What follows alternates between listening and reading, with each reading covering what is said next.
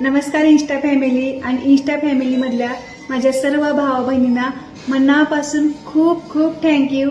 आज माझ्या बर्थडेला ज्या तुम्ही स्टोऱ्या लावून मला भरभरून प्रेम आशीर्वाद दिला, मला सपोर्ट केला, त्याच्यासाठी मी तुमच्या सर्वांची मनापासून खूप आभारी आहे.